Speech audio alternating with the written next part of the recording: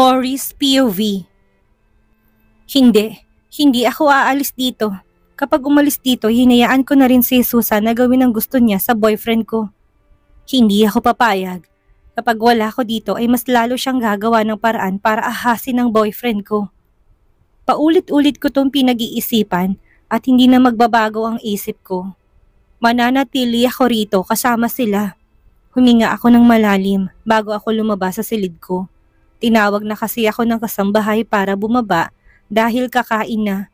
Pagpasok ko sa dining area ay ako na lang palang hinihintay nila. Umupo ako, malayo kay Arcus. Mas pinili ko na tumabi kay Manang. Nagsimula na kaming kumain at tahimik lang ang lahat hanggang sa bigla na lang nagsalita si Susa. Salamat pala Arcus. Thank you dahil hinayaan mo ko na makasama ko dito si Ashley. Mahinhin na sabi ni Susa. I'm doing this for Ashley. Sabi naman ni Arcus. Ako naman ay patuloy sa pagkain ko at nakikinig lang ako sa kanila. Hindi ako tumingin kay Arcus. Thank you Daddy, sabi ng anak niya na halatang sobrang saya. Ate, are you staying here? Are you staying with us again? Tanong sa akin ni Ashley. No baby, biglang sagot ko sa kanya. Hindi ko alam pero hindi ko pala talaga kaya. Akala ko kaya ko magstay dito na kasama ko sila pero hindi pala. Tumingin ako kay Arcus at nakita kong lungkot sa mga mata niya. Bakit po? Gusto niyo po ba talaga doon sa condo mo? Tanong niya sa akin. Mas malapit kasi sa university baby. May pasok ako bukas sa school. Sagot ko sa kanya. Okay po ate. Punta ka po dito kapag wala kang pasok. Dito na po kasi muna kami titira. Nakangiting sabi niya sa akin. I will, sagot ko sa kanya. Kahit pang totoo, hindi naman ako sigurado kung pupunta pa ba ako dito. Mabilis kong inubos ang pagkain ko at umakyat na ako sa itaas para kunin ang mga gamit ko. Gusto kong intindihin ang mga nangyayari, pero kung magstay naman ako dito ay magmumukha lang akong desperada na isisiksik ang sarili ko sa kanila. Ayaw kong saktan ang sarili ko kapag nakikita ko sila na masaya. Hintayin ko na lang ang araw na handa na siyang malaman na anak niya ang tungkol sa aming dalawa. Palabas na sana ako pero biglang pumasok si Susa dito sa room ko. Hindi ko alam kung bakit ba siya narito. Mori, thank you. Promise, babawi ako sa mag-ama ko. Magiging buo kami ulit. Sabi niya sa akin at niyakapan niya ako. Gusto ko siyang itulak. Dahil naiinis ako sa kanya. Pero pinigilan ko sarili ko. Nang kumalas na siya sa pagkakayakap sa akin, ay tumingin ako ng diretso sa mga mata niya. Huwag mo nang ipilit ang mga hindi pwede. Hayaan mo na lang siya na maging masaya. Sabi ko sa kanya bago ako lumabas. Habang pababa ako sa hagdan ay makakasalubong ko si Arcus. Mahal, mahina na tawag niya sa akin. Doon na muna ako sa kondo ko. Magpagaling ka at huwag mo na sanang sirain ang tiwala ko sa'yo. Sabi ko sa kanya at bumaba na ako. Hinatid ako ng driver niya sa kondo ko. Pagpasok ko sa room ko ay padaba akong humiga sa kama ko at umiyak ako ng umiyak. Gusto ko siyang alagaan. Gusto ko na nasa tabi ko siya pero hindi pa ngayon. Gusto kong patunayan niya sa akin ang pagmamahal niya. Malaki ang tiwala ko sa kanya na kahit wala ako doon ay ako pa rin ang mahal niya. Hahayaan ko siyang ipaintindi sa anak niya ang lahat. Sa sobrang pag-iyak ko, hindi ko na malayan na nakatulog na pala ako. Pag-gising ko'y namamagang mga mata ko. Pero pumasok pa rin ako. Ayaw kong umabsent, lalo na ilang week na lang ay matatapos ng first semester. Buong araw akong busy at nakalimutan ko ng phone ko sa kondo ko. 6 na ng gabi ako nakauwi at nagulat ako dahil may mga pagkain na nakahain sa mesa ko na may kasamang note. Pumunta pala dito si Arcus. I miss you, mahal. Basa ko sa note na iniwan niya. I miss you too. Sambit ko't may pumatak na luha sa mga mata ko. Gusto ko siyang makita, gusto ko siyang mayakap, pero alam ko na mas makakabuti to sa akin. Kinain kong pagkain niluto niya, hindi ko alam kung siya bang nagluto o si Manang. Lalo na't hindi pa naman magaling ang braso niya. Inubos ko ang lahat, mabilis na lumipas sa mga araw, na hindi ko man lang namalaya na umabot na pala na 1 buwan na ganito kami. Palagi akong umiiwas sa kanya. Minsan nakikita ko siya sa university pero hindi ako lumalapit sa kanya. Kaagad akong umiiwas ng tingin at tuwing weekend ay sumasama ako kay Leila at kuminsan naman ay kay James. Nililibang ko muna ang sarili ko. Palagi siyang tumatawag sa akin. Nagpapadala ng mga mensahe pero hindi ako nagre-reply. Kasi iiyak lang ako. Ayaw ko na marinig niya akong umiiyak. Pero ang buong akala ko'y maiwasan ko siya. Pero ngayon ay narito siya sa kondo. Kakauwi ko lang galing sa rides namin nila James at nakatingin sa akin si Arcos na wala man lang kahit na anong emosyon na makikita sa mga mata niya. Hindi ko alam kung galit ba siya sa akin, pero malakas ang pakiramdam ko na may kakaiba sa kanya. What's this? Tanong niya sa akin sabay tapon sa sahig ng contraceptive pills. Arcos, sambit ko sa pangalan niya dahil biglang nilamig ang mga paa at kamay ko. I'm asking you, what's this? Timbag ang natanong niya sa akin. Pills, nautal na sagot ko sa kanya. Bakit hindi mo sinabi sa akin? Bakit kailangan ko pang sabihin sa'yo? Tanong ko rin sa kanya na pilit pinipigilan ang mga luha ko. Kaya ba hindi ka pa rin nabubuntis? Bakit? Ayaw mo bang magkaanak sa akin? Ayaw mo ba sa akin? Tanong niya sa akin. Hindi pa ako ready. Hindi pa't sa tingin mo gugustuhin ko na mabuntis ngayon. Ngayon na magulong buhay mo, na hindi maayos ang relasyon natin. Umiiyak na sagot ko sa kanya. Hindi ko na kayang pigilan ang mga luha ko. Sana sinabi mo sa akin, umaasa ko na makakabuo tayo. At kung hindi man, sana sinabi mo sa akin, para akong nag-adjust, hindi na umiinom ka nito. Alam mo bang epekto nito sa katawan mo? Kalmado siya pero alam ko na galit siya sa akin. Akala ko naintindihan mo ko, pero sarili mo lang rin ang iniisip mo. I'm a student at gusto ko pang tapusin ang pag-aaral ko. Kaya hindi ako pwedeng mabuntis, sabi ko sa kanya. Tahimik lang siyang nakatingin sa akin. He looked disappointed at nasaktan ako sa nakikita ko ngayon. Kung wala ka nang sasabihin ay umalis ka na, sabi ko sa kanya dahil gusto ko nang mapag-isa. Walang salita siyang lumabas sa kondo ko. Ako naman ay pinulot ko ang pills sa sahig. Gumamit ako ng pills dahil hindi pa ako ready na mabuntis. Dahil magulo pa ang sitwasyon naming dalawa. Hindi ko alam na gusto na pala niyang mabuntis ako. Pero ako hindi pa. I'm sorry Arcos, pero hindi pa ako ready na mag-iisang ina. May pumatak na luha sa mga mata ko na sabihin kong mga salitang yon. Are you okay? Tanong sa akin ni James. I'm fine, sagot ko sa kanya. You're spacing out, sabi niya sa akin. May iniisip lang ako. What is it? Parang gusto kong bumalik sa Amerika, sagot ko sa kanya. Why? May problema ba? Tanong niya sa akin. Wala naman, it's just that. Parang hindi ako para dito sabi ko sa kanya. Don't say that. Pero sayang naman, patapos ng first sem at second sem na. Gagraduate ka na rin. Mabilis na lang yun, hindi ba? Sabi niya sa akin. Hindi pa naman final, pinag-iisipan ko pa lang. Nakangiting sabi ko sa kanya. Hindi ka siguro masaya dito, sabi niya sa akin. Hindi naman sa hindi ako masaya. Namimiss ko lang siguro ang snow. Pabiro na sabi ko sa kanya. Gusto mo magbakasyon tayo? Kaya lang baka magalit na naman ang ninong mo. Sabi niya sa akin habang tumatawa siya. Thank you James. Thank you kasi lagi ka nandyan para sa akin. Sabi ko sa kanya. You're always welcome. I'm one call away if you need a friend. Sabi niya sa akin. Thanks. Pabirong sabi ko sa kanya sabay fist bump. Nagtawanan na lang kaming dalawa. Nandito kaming dalawa ngayon sa cafeteria. Kasama ko siyang naglo-lunch. Masaya ako na naging kaibigan ko si James. Mabait siya at gentleman pero hindi talaga ako nagkagusto sa kanya. Kasi si Thunders lang talagang mahal ko. At hindi ko nga alam kung kaya ko bang magmahal pa ng iba. Pero simula nung nakaraan hindi na kami nagkita. Hindi na rin kaming dalawa nag-uusap. Wala na akong balita sa kanila. Hindi na rin kasi ako pumunta sa bahay niya. Hindi na rin tumatawag sa akin si Ashley. Ayaw kong isipin na nagkabalikan sila ulit. Naisip ko lang bigla na mas mabuti na nga talaga siguro ang ganito. Na hindi na ako makibalita sa kanila. Gusto ko na lang mag-focus sa pag-aaral ko. Iniisip ko na bumalik sa Amerika. Pero masasayang lang ang pinaghirapan ko sa first semester kung magsisimula na naman ako doon.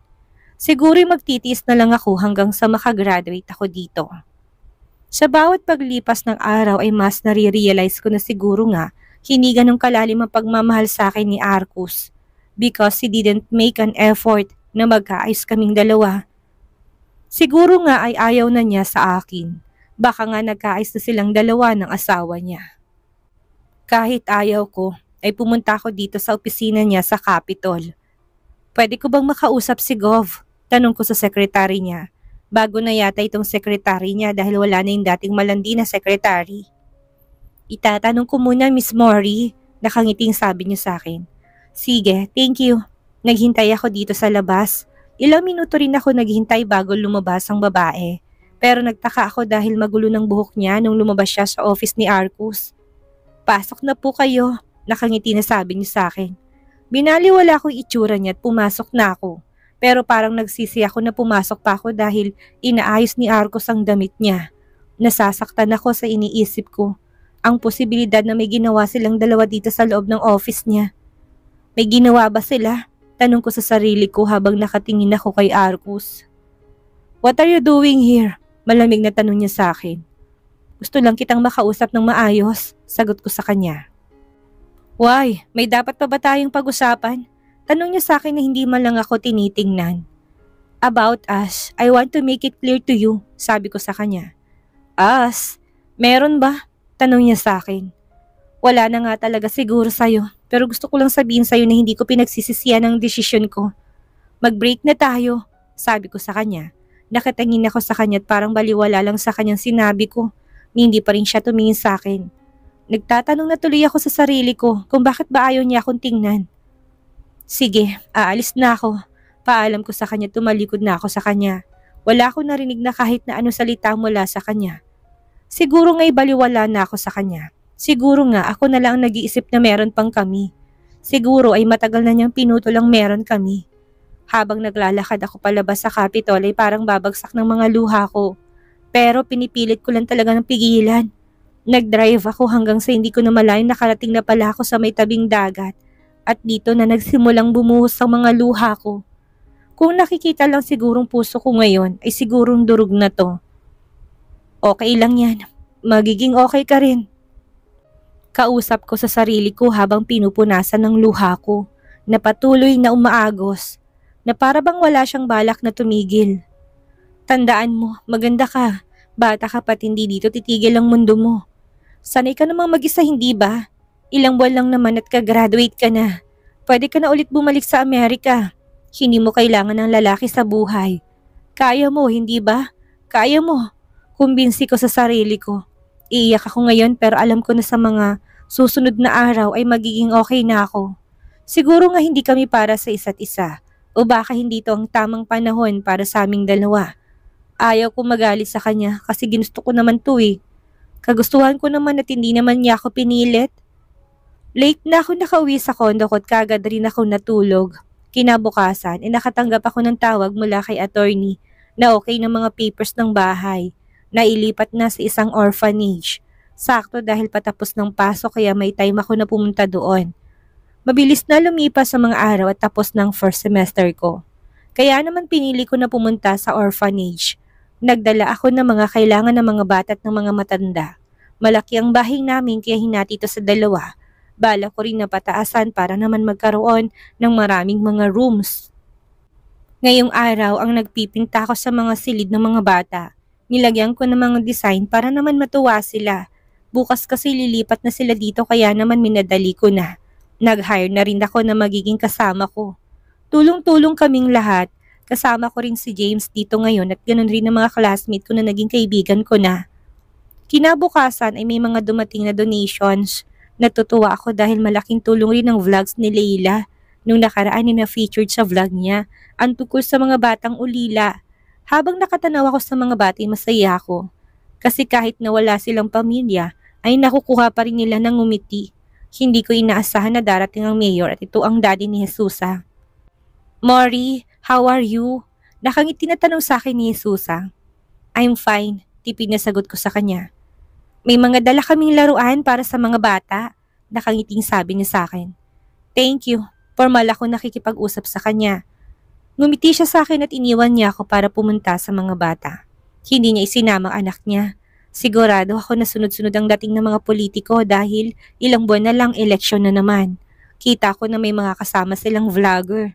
Sabi sa akin ng kasamahan ko dito. Ganun ba? Sad ko. Oo, pero isa lang talagang gusto kong pumunta dito at ito'y si Gov. Nagtaka ako dahil nakatulala na lang siya ngayon. Napalingon naman ako nang makita ko na tumatakbong mga bata papunta sa tao na bagong dating. Anong ginagawa niya dito? Tanong ko sa sarili ko habang nakatingin sa lalaki naglalakad papunta sa direksyon ko. Kasama niya pala si Ashley at si Attorney. Hi ate, I miss you. Nakangiting sabi niya at may binigay siya sa akin na bulaklak. Hindi ko alam kung ano bang ere-react ko sa kanya. Pero dahil na may mga tao na narito'y mas pinili ko na lang na kunin ang bulaklak at batiin rin siya. Ang ganda ng ngiti ni Ashley sa akin kahit si Attorney nakangiti rin. Pero si Arcus, hindi ako tumingin sa kanya. Thank you for coming, sabi ko sa kanila. We're happy to be here ate. I miss you so much and I'm sorry. Sabi niya sa akin na pinagtataka ko. Bakit ka nagsasorry sa akin? Nagtataka na tanong ko sa kanya. Wala lang, sabi niya sa akin at niyakap niya ako. Payag na ako na maging mommy kita. Biglang bulong niya sa akin na ikinagulat ko. Para akong napako sa kinatatayuan ko. Hindi ko alam kung tama bang narinig ko o baka guni-guni ko lang. Bumitiw siya sa pagkakayakap sa akin at kumiti siya. Parang nalunok kong dila ko na hindi ko kaya magtanong sa kanya. Nakangiti lang siya sa akin habang ako itong hindi alam ang gagawin. Okay ka lang ba ate? Tanong niya sa akin. Okay lang ako. Sige, may ayusin lang ako sa loob. Paalam ko sa kanya. Ngumiti siya sa akin. Mabilis akong pumasok sa loob at dumiretso sa banyo para pakalmahin ang sarili ko. Sobrang lakas kasi ng kabog ng puso ko, hindi ko alam kung ano bang gagawin ko. Tama bang narinig ko? Tanong ko sa sarili ko. Baka nagkamali ka lang. Hindi niya yung sasabihin sa'yo. At bakit naman niya yung sasabihin? Tanong ko bigla sa sarili ko. Tama, mali lang ang narinig ko. Hindi niya talaga yung sinabi sa akin. Tumagal rin ako ng ilang minuto bago ako nagpasya na lumabas. Pero laking gulat ko dahil nasa harapan ko na si Arcus at hindi ko napaghandaan ang ginawa niya. He kissed me at mabilis ring nawala sa harapan ko. Hindi ko alam kung ilang minuto ba ako nakatayo dito. Bakit bang weird ng araw na to? Tanong ko sa sarili ko. Hindi ko tuloy masabi kung good or bad day ako. Napabuga na lang ako ng hangin at bumalik na ako sa mga bata. May mga dumating na pagkain ang sabi sa akin ay dala daw to ni Arcus. Bakit parang hindi ako natutuwa sa kanila? Sinasamantala nilang araw na ito. Masaya ako sa mga donations pero hindi sa ginagawa nila. Kaya hindi ko na mapigilan ang sarili ko. We need to talk, Ninong. Pinagdiinan ko pang huli kong sinabi. Sumama naman siya sa akin. Lumayo lang kami ng konti sa mga tao dito. Ayaw ko naman na mag-isip sila ng kahit na ano. Dahil matagal na kaming tapos ng Thunders na to. At kakausapin ko lang talaga siya. What is this? Ano bang ginagawa niyo dito? Nainis sa tanong ko, kaagad sa kanya. We're here to help. Sagot niya sa akin habang nakangiti. Help? Tulong bang tawag mo dito? You're using us para bumangong pangalan niyo. Sabi ko sa kanya. Hindi ako ganyan. Depensa niya kagad. Talaga ba? Nainis sa sabi ko sa kanya. Dahil lalo akong naiirita sa ngiti niya. My intention is pure. Wala akong balak na gamitin ng mga bata o ang mga matanda dito para bumangong pangalan ko. You're hurting my feelings. Sabi niya sa akin ay kinagulat ko. Coming from you. Nainis sa sabi ko sa kanya. Kung hindi lang kita mahal, may sinasabi ka? Nainis sa tanong ko sa kanya dahil bumubulong-bulong siya. Alam ko na, hindi ka naniniwala sa akin. Alam ko na ayaw mo na nandito ako. Pero hindi naman ako pumunta dito para sa'yo. Pumunta ako dito para sa mga bata. Sabi niya sa akin at mabilis na naglakad palayo sa akin. Ang kapal ng mukha niya, mukhang sinisira niyang araw ko. Umuusok ang ilong ko habang nakatingin ako sa kanya. Parang wala lang sa kanyang inis ko. Pero bakit nga ba niya ako iniintindi? Palagi na lang sarili niyang iniisip niya. Tuwing naalala kong effort na ginawa ko para makipag-break sa kanya, naiinis ako sa sarili ko. Sana hinayaan ko na lang. Sana hindi na ako nakipag-closure sa kanya. Wala naman ako napala. Kalma, Mori. Hindi tong tamang oras para magalit ka. Kausap ko sa sarili ko. Tama, kailangan kong kumalma kahit pang totoo ay gustong-gusto ko siyang gulpihin ngayon. May kasalanan pa siya sa akin. Hinalikan niya ako kanina na para bang... nakakainis talaga. Parang tataas ang blood pressure ko. Kahit hindi naman ako high blood. Ang galing talaga kasi niya na magpanggap na para bang wala siyang ginawa sa akin. Na para bang hindi niya sinaktan ng puso ko. Are you okay? Tanong sa akin ni James. Naiinis lang ako. Sagot ko sa kanya. Why? Ginagamit nila tayo para magpabango ng pangalan sa mga tao. Sagot ko sa kanya. Wala nang bago dyan, pero hayaan mo na. May mga tulong naman silang dala. Don't stress yourself, sabi niya sa akin. Yeah, you're right. Sabi ko sa kanya, nakihalubilo na lang ako sa lahat at hindi ko na binigyang pansin si Arcus na kanina pa nakatingin sa akin. Bisit na bisit ako sa kanya pero bahala na siya. Ate, uuwi na po kami. Malambing na paalam sa akin ni Ashley. Okay baby, nailang na sabi ko sa kanya. Ate, can you join for dinner? Tanong niya sa akin ay kinagulat ko. Baby, I'm so... Hindi po kasama si mommy, sagot niya sa akin. May mga kailangan pa kasi akong gawin. Maybe next time, pagtanggi ko sa kanya. Okay po, sige next na lang, ani niya sa akin. Ngumiti ako sa kanya. Niyakap niya ako ng mahigpit at tumalik siya sa pisngi ko. Sumakay siya sa kotse ng daddy niya. Nang makaalis na sila ay tumulong ako sa pagliligpit. 2 oras rin yata bago kami natapos. Nag-drive na ako pauwi sa kondo ko. Pero laking gulat ko dahil nasa labas ng unit ko sina Arcos at Ashley. Ate! Masiglang tawag niya sa akin. Why? Kasi ayaw mo naman sa labas mag-dinner kaya dito na lang sa kondo mo. Nagdala na lang kami ng mga foods. Putol niya sa sasabihin ko. Baby, bawal pa rin ba dito? Hindi pa rin ba pwede? Malungkot na tanong niya sa akin. Of course pwede. Pasok na tayo sa loob. Sabi ko sa kanya. Kumapit siya sa braso ko at sabay kaming pumasok dito sa loob ng unit ko. Hinayaan ko na muna sila dahil nagbihis na muna ako ng pambahay na damit. Paglabas ko ay nakahain ng mga pagkain sa mesa. Kain na tayo ate! Nakangiti-ngaya sa akin ni Ashley. Umupo naman ako at sabay-sabay kaming kumain. I miss this. Ang ganito kami. Pakaramdam ko bumalik kami sa pinagkauna naming lakad noong bago pa lang ako dito sa Pilipinas. Sobrang na-miss ko si Ashley. Ang pagiging madaldal niya. Hindi ko alam kung ilang buwan ba ang exact na hindi na kami nakita. 2 or 3 months na ba? Hindi ko rin talaga mabilang ang exact month. Bastang alam ko lang ay nilibang ko sarili ko noong mga panahon na yon. Ate, pwede ba ako matulog dito? Tanong niya sa akin. Siya lang, sabi ni Arcus. Of course pwede, sagot ko sa kanya.